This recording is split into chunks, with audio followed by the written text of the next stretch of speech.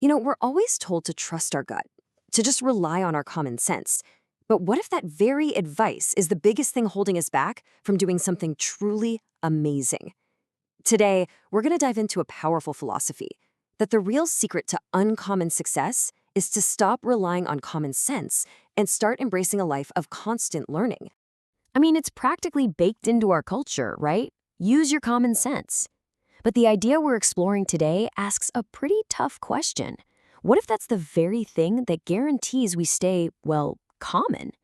This slide really lays out the two paths. On the left, you've got common sense. It'll get you common results every time. But on the right, there's uncommon knowledge. And that's the path to something extraordinary. And this leads us right into what our source calls the common sense trap. It's this natural pull we all have toward what seems good enough, the easy, logical answer on the surface. But the argument here is that this very instinct, settling for the obvious, is the absolute enemy of creating anything great. It's the default setting that keeps us from ever really pushing our limits. And this quote from the source, wow, it just drills the point home. Don't ever approach any step in your life on common sense. You can only get common results. The logic is almost brutally simple, isn't it? If you want an uncommon life, uncommon success, and uncommon impact, you just can't use a common toolkit. You need a completely different way of thinking. So, if common sense is the trap, then what's the escape plan?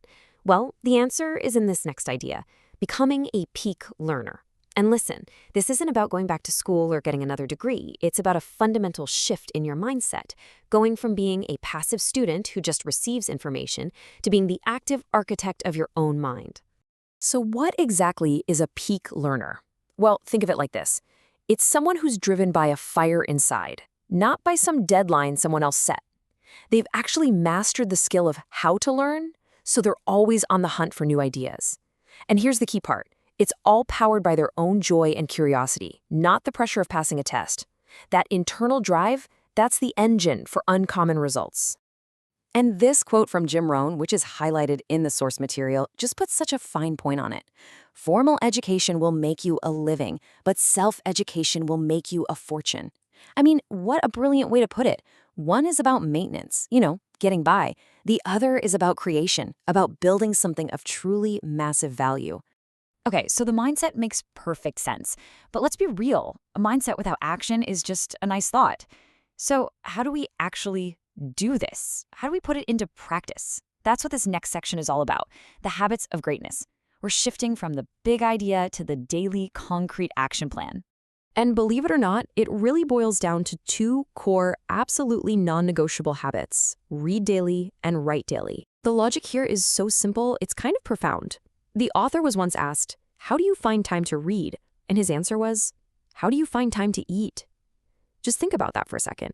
You would never skip fueling your body, so why would you skip fueling your mind? And that second habit, writing every day, is every bit as crucial.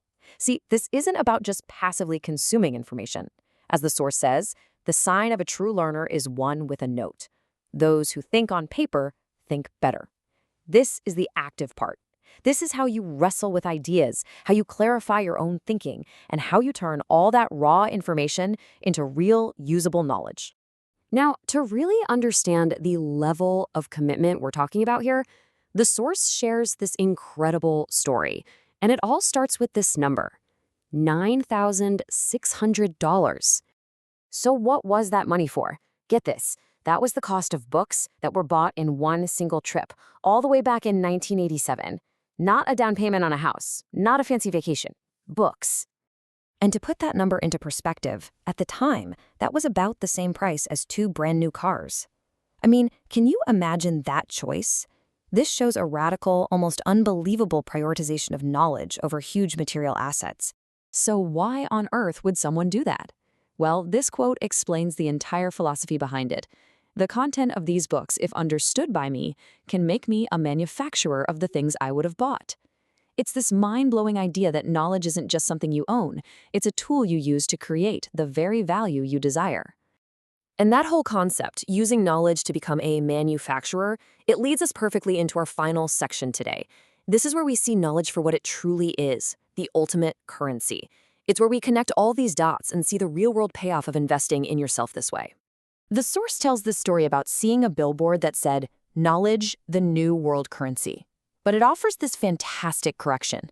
This isn't some new trendy idea. Knowledge isn't the new currency, it's the ancient one. It has always been the real foundation of wealth, of progress, and of power. So what is the actual tangible return on this investment in learning? Well, it breaks down into a few really clear points. First, your personal worth, your value. It becomes a direct function of your insight. Simple as that. Second, there's a huge difference between being certificated with a degree and being truly educated with current knowledge. One is a piece of paper from the past, the other is a continuous, living process. And finally, if you want to make a real, lasting impact in anything you do, being a tireless learner isn't a bonus, it's the absolute price of admission. So, when you boil it all down, the argument is this. With every bit of time and attention you spend, whether you realize it or not, you are always building one of two things in your life. Which leads us to this final, incredibly provocative question. With every choice you make, every single day, are you building a library, a living, growing collection of knowledge that's going to fuel your future? Or are you building a mortuary, a place where old, outdated ideas just go to die? It's a powerful question to leave you with. What are you building today?